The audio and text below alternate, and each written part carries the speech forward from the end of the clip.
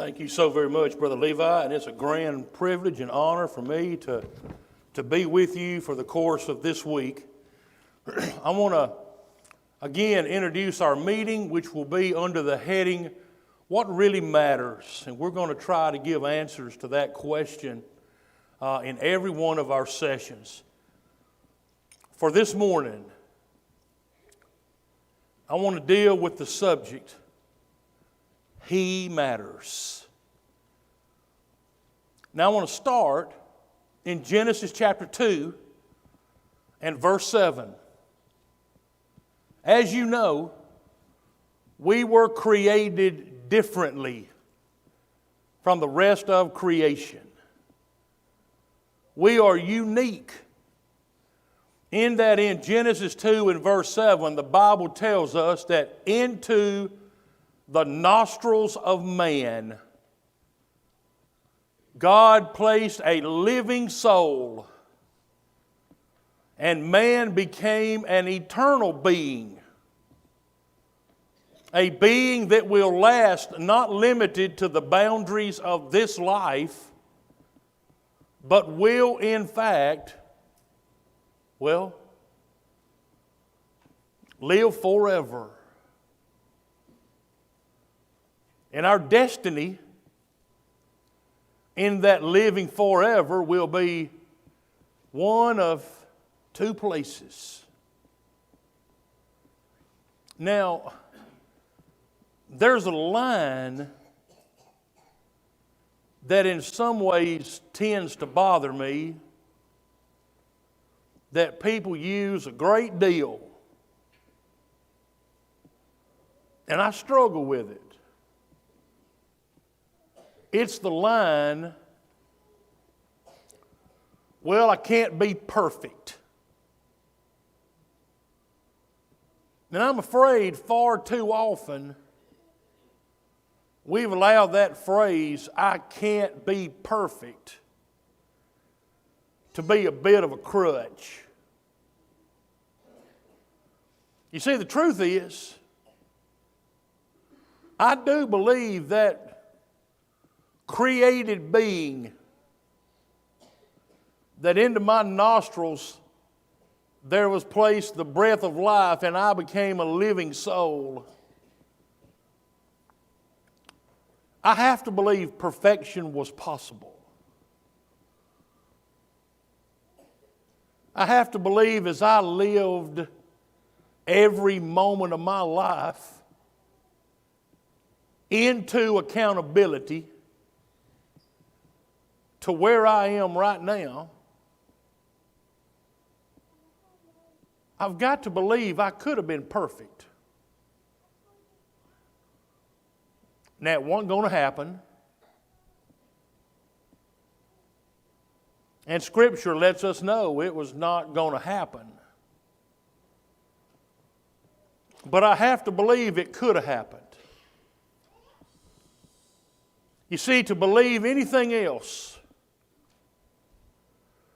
puts responsibility for my sins on someone else. Like it was destined to happen. Like it was out of my control. Like it was not up to me. But you make no mistake about it. Please. Every sin I've ever committed, every wrong done, every good failed to do, every inappropriate attitude, or every single one has been my fault. I did it. And there's no one to blame but me. Now, I don't know about you this morning.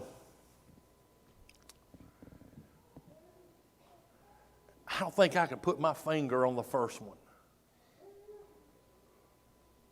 But I know since the first one, there's been a bunch.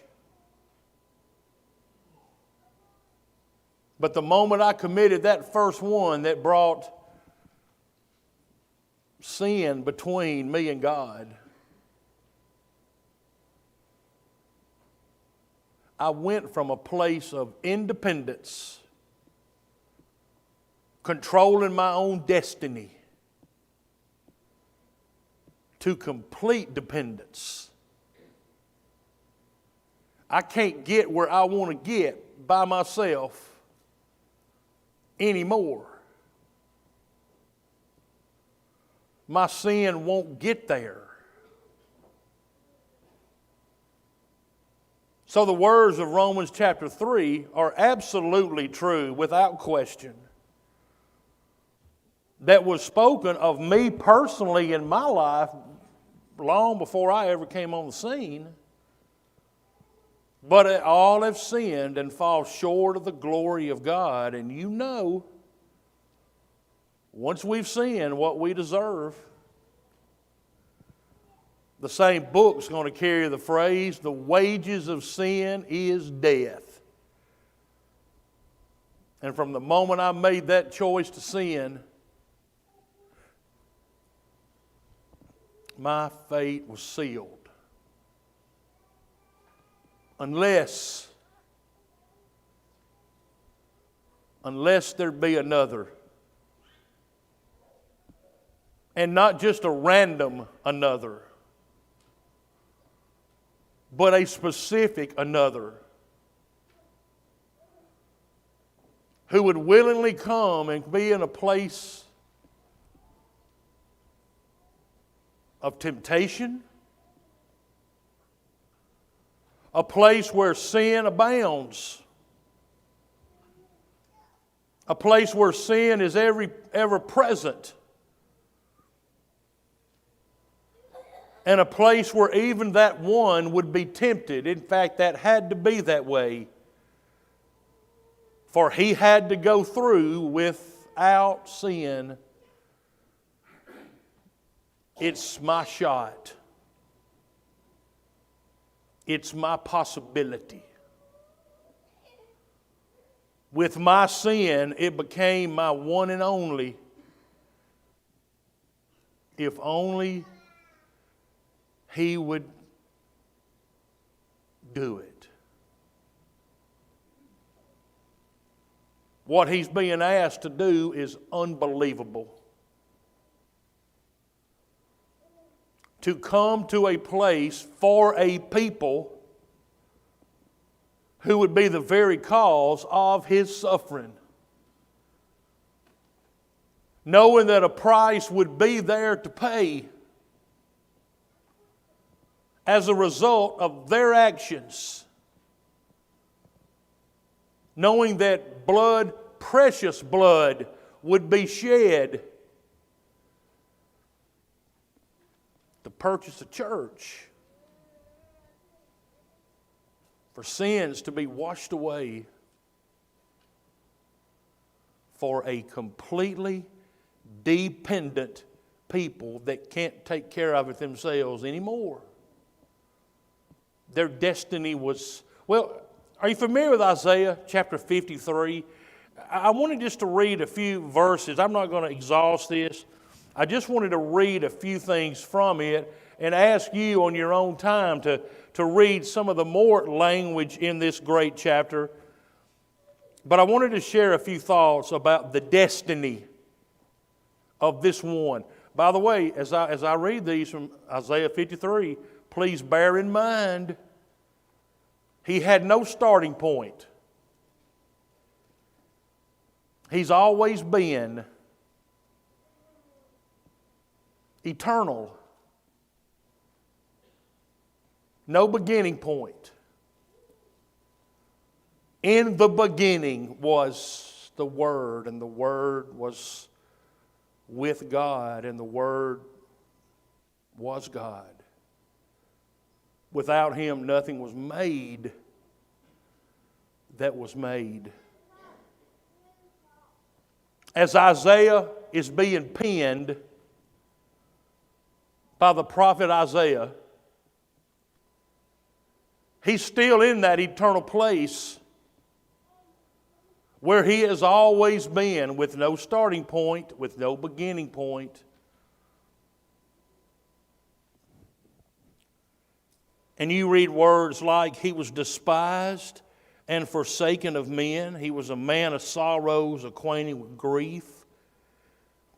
Our griefs He Himself bore, our sorrows He carried. He was pierced through for our transgressions. He was crushed for our iniquities. All of us, like sheep, have gone astray. Each of us has turned to his own way. He was oppressed. He was afflicted. And like a sheep that is silent before its shearers, He did not open His mouth. And to state the obvious, it's not like God whispered into the ear of Isaiah, "Now, this is what I want you to share, but don't tell Jesus." You know that's ridiculous. You know Jesus knew what He was to face on the other side. You know what was in His destiny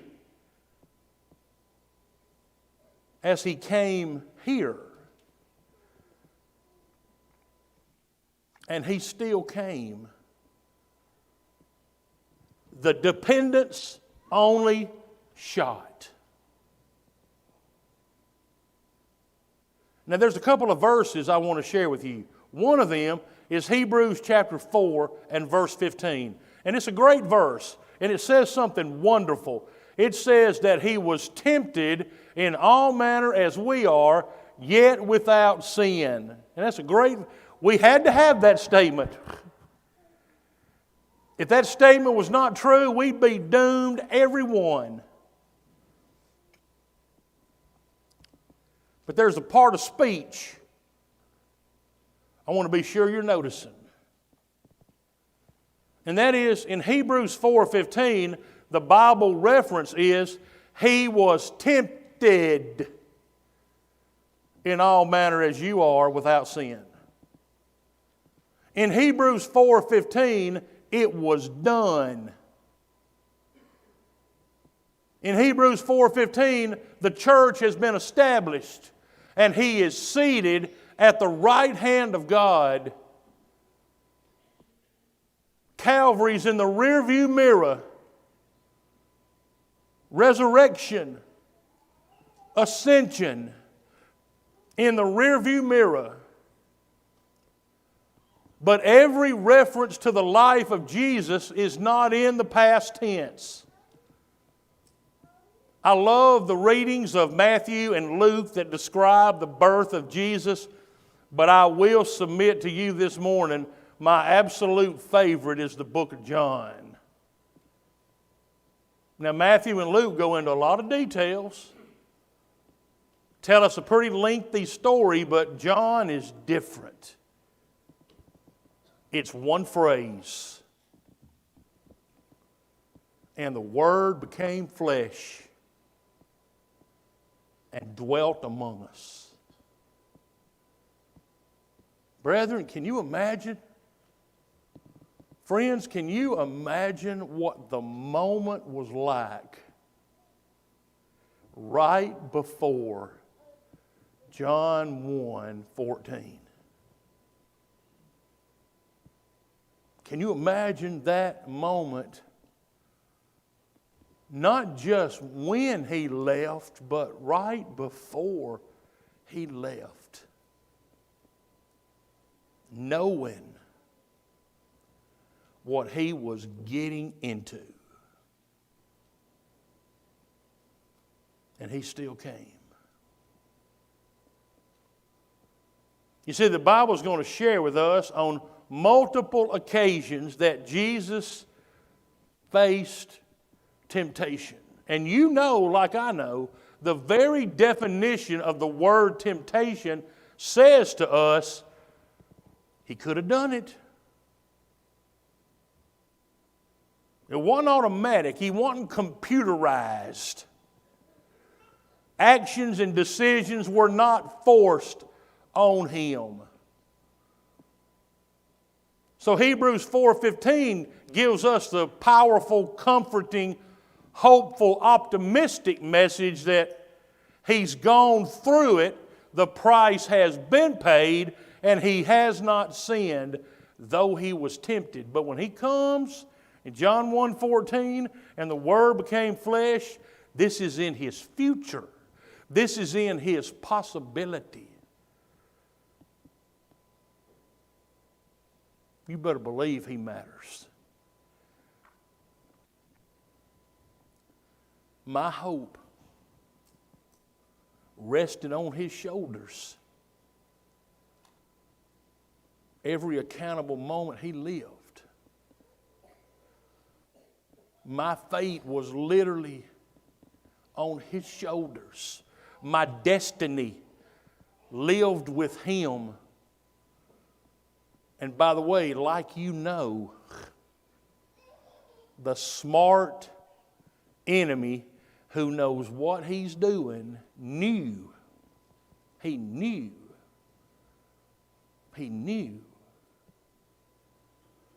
If I get him, I've got them. The moment he gives in to that temptation, we're done. You better believe he matters. Now, I don't know how things like this work. I don't know what my interest level will be. I don't know how it would work on the other side, but I will tell you this. Based on where my mind and my thinking is right now, I think when I get there, I think I'd be interested in asking him, Jesus, when were you the closest? When were you the closest to giving in? When was that temptation that got you right on when was the closest one for you? And people like us, I think we can kind of formulate what we think it might have been.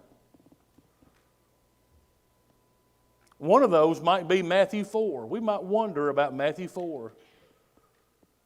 We might wonder about a Jesus beginning his earthly ministry, and we might wonder about going into the wilderness, and we might wonder about fasting 40 days and nights, and we might wonder about when the enemy came at him hard.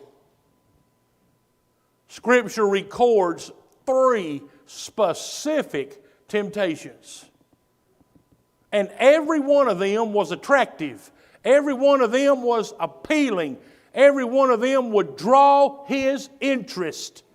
Every one of them was it might just be. And don't miss his vulnerability. Don't miss his weakness.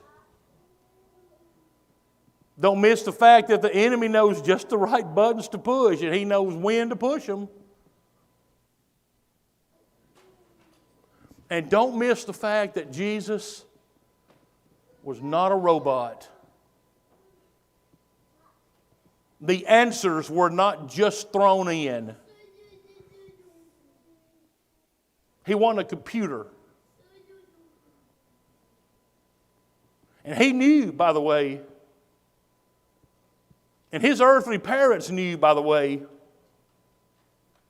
what I hope every young person in this auditorium understands right now, and that is the heat of the moment is never the time to decide what I'm going to do. If you wait till the heat of the moment, you're in a lot of trouble. Thankfully, Jesus was ready long before the heat of the moment when the enemy is coming at him hard. Every time Jesus answered the temptation and resisted the temptation with a "it is written." And as one who's so dependent on Jesus for my possible destiny, I feel compelled to say, thank you, Mama's knee. Thank you, Daddy's carpenter shop. Thank you, rabbis and teachers. Thank you for answering his questions. Thank you for listening to him. Because when the heat of the moment came, he was ready. It is written. Resisted the temptation every time. And make no mistake about it, you wasn't there, but you breathed a sigh of relief when he said no. Do you think this might have been his closest time?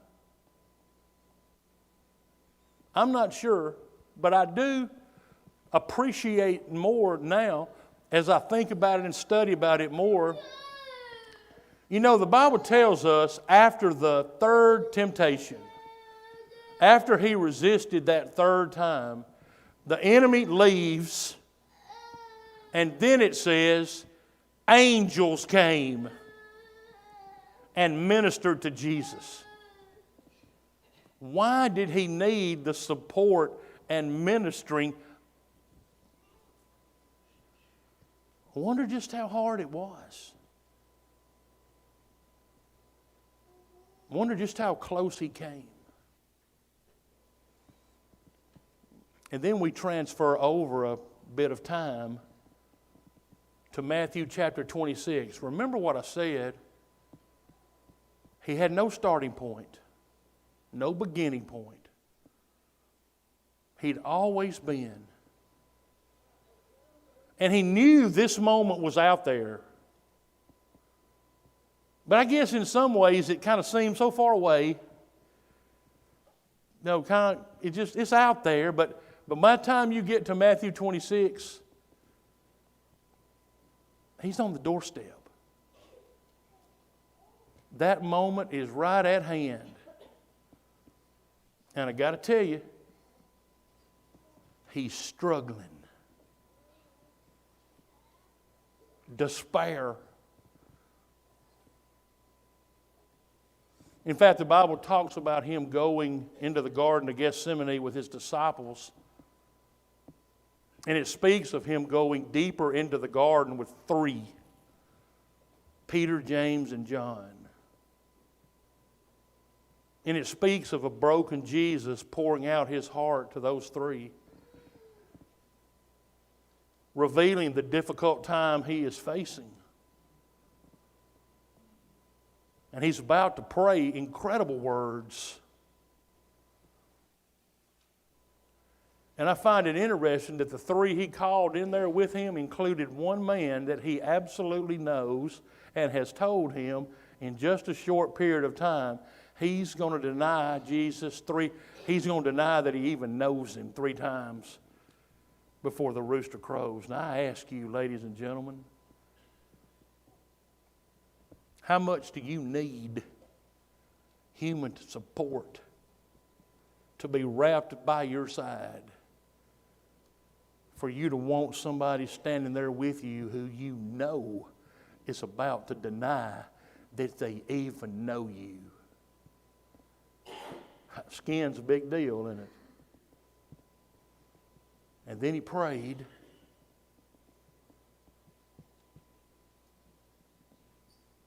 Father, if it's possible, remove this cup from me.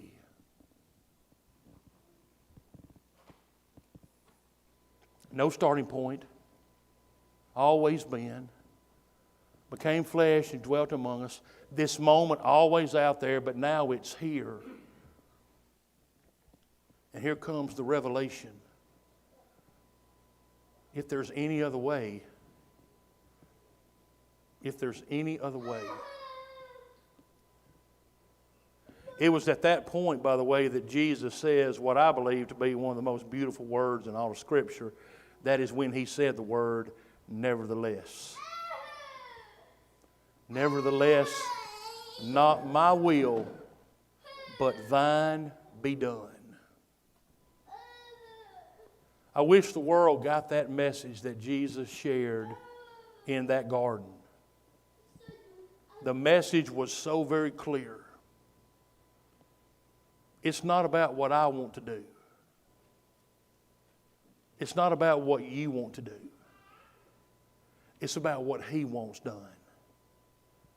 And even Jesus, in this moment of very real struggle, prayed, if it's possible, let it be done differently. But I want your will to be done.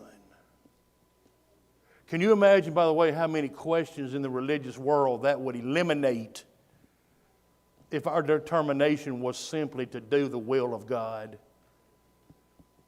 It's not about what I think, what I would do if it was up to me. It's not about the culture that I might live in. If it's God's will, that's it. Your will be done. And it seems like it's not going to be easy, but it just kind of seems like there's a new bounce in Jesus' steps.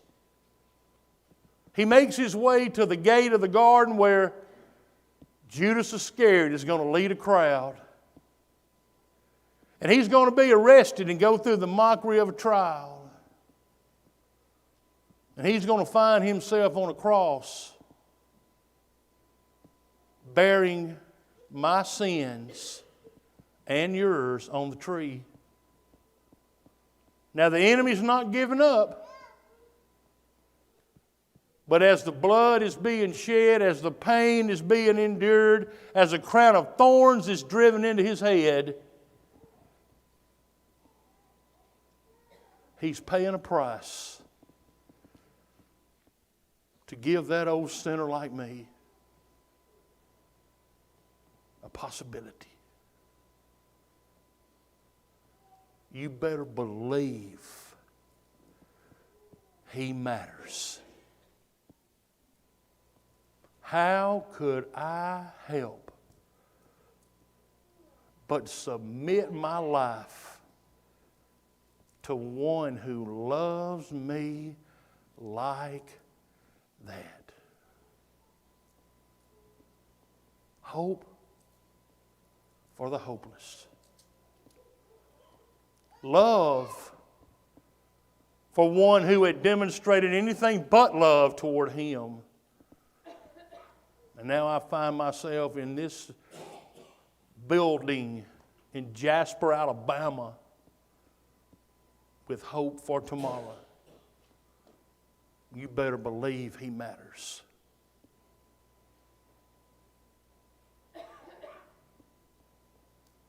Truth is, all of us are going to make an eternal decision this morning. We're all going to make a decision this morning as where I'm content to live my eternity. I used to think the most important decision a person would ever make is the decision to be baptized, but I don't think that anymore. I think the decision to become a Christian or not become a Christian is the most important decision you'll ever make, one way or another. I encourage you this morning, in view of the one who so matters, that we make decisions, whether it's to be baptized, to be restored to the church, to live faithfully every day, that our submission will be to Him, the one who gave it all for us. He so matters. As together we stand.